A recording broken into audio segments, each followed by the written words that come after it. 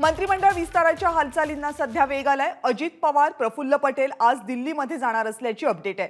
दिल्लीमध्ये भाजप श्रेष्ठींची भेट घेणार असल्याची ही माहिती आहे। संध्याकाळी 5:30 वाजताच्या विमानानं अजित पवार आणि प्रफुल्ल पटेल दिल्लीला जाणार आहेत। दिल्लीमध्ये भाजप श्रेष्ठींची ती भेट घेतील।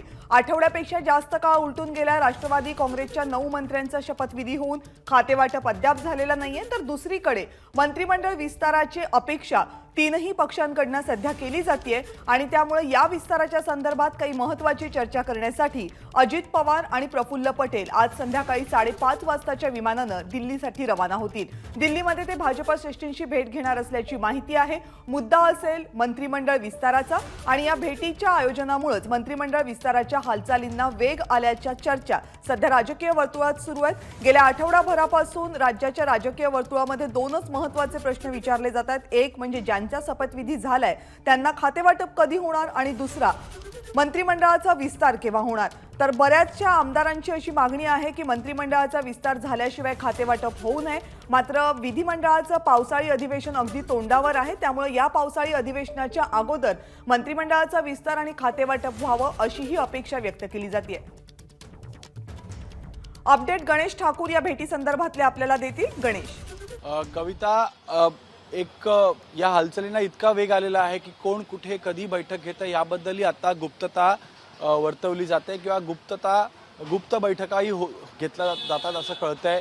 आता खात्रीलायक सूत्रांकडून माहिती मिळालेली आहे की 5:30च्या विमानानं, प्रायव्हेट विमानानं अजित पवार आणि प्रफुल्ल पटेल हे दिल्लीला जाणार आहेत आणि त्यांच्यासोबत सीएम डीसीएम जातील का यावर अद्याप प्रश्नचिन्ह आहे।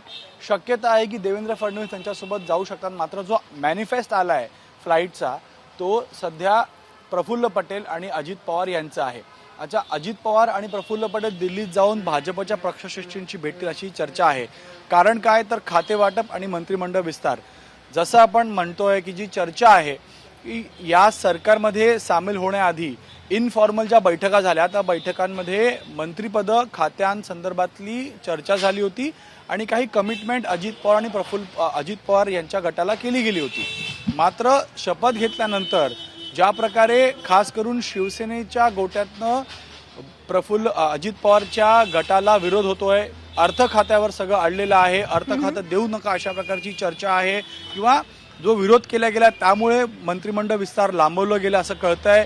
या सगळ्या विरोधांच्या पार्श्वभूमीवर भाजपच्या पक्षश्रेष्ठींशी बोलून यावर तोडगा काढण्यात यावा, कारण एक मॅरेथॉन बैठका झाल्या आहेत तिन्ही नेत्यांमध्ये, मुख्यमंत्री आणि दोन्ही उपमुख्यमंत्र्यांमध्ये, पण त्यानंतरही एक पाऊल सगळ्यांनी पुढे घेऊन किंवा एक पाऊल मागे येऊन चर्चा केली, पण त्यावरती तोडगा निघाला नाही। एक वेळ असा आला की बैठकीमध्ये सगळं ठीक झालं असं कळलं, पण नंतर तिन्ही नेते आपल्या आपल्या नेत्यांशी किंवा पक्षाच्या आमदारांशी ज्यावेळेस त्यांनी बैठका घेतल्या त्यामध्ये पुन्हा एकदा नाराजी आणि विरोध झाला।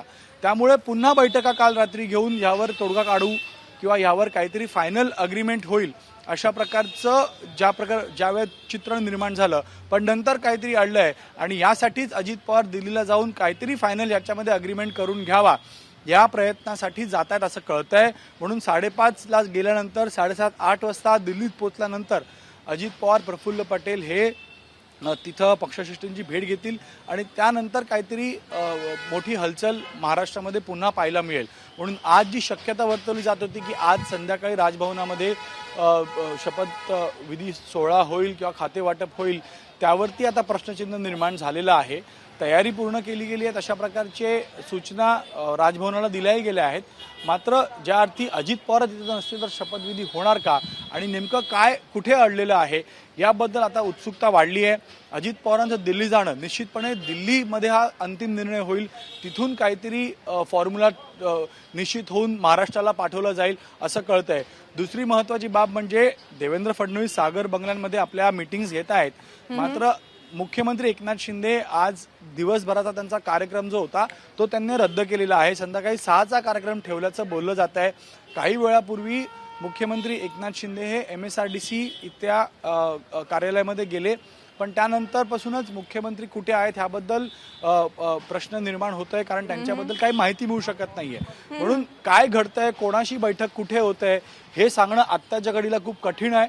मात्र या सगळ्या घडामोडींवरती सगळं काही ठीक दिशेला चाललं होतं ते कुठेतरी अडलेलं आहे असं आपण बोलू शकतो आणि म्हणूनच अंतिम निर्णय हा दिल्ली पक्षश्रेष्ठींकडे गेलेला आहे. तिथं काही चर्चा होईल आणि त्यानंतरच महाराष्ट्राचं गणित सुटेल असं आपण म्हणू शकतो. कविता, गेल्या आठवडाभरापासून या चर्चा सुरू आहेत, मात्र या चर्चांमधून कोणताही तोडगा आतापर्यंत निघालेला नाहीये. त्यामुळे खातेवाटप झालेलं नाहीये, मंत्रिमंडळाच्या विस्ताराचा मुहूर्त लागलेला नाहीये आणि अशातच विधिमंडळाचं पावसाळी अधिवेशन तोंडावर आहे आणि म्हणूनच वेगवेगळ्या बैठका केल्या जात आहेत, ज्यामध्ये आज अजित पवार आणि प्रफुल्ल पटेल हे संध्याकाळी दिल्लीला रवाना होत आहेत भाजपच्या वरिष्ठ नेत्यांची भेट घेण्यासाठी. आणि ज्याप्रमाणे गणेश ठाकूर आपल्याला सांगतायत, विविध बैठका विविध ठिकाणी सध्या होत आहेत, त्यामुळे परिस्थिती काहीशी अस्वस्थतेची, काहीशी गोंधळाची सध्या राज्यातल्या राजकीय वर्तुळातली. या संदर्भातल्या अपडेट्स आपल्यापर्यंत गणेश ठाकूर पोहोचवतच राहतील. तुर्तास धन्यवाद गणेश या माहितीबद्दल. एबीपी माझा, उघडा डोळे बघा नीट.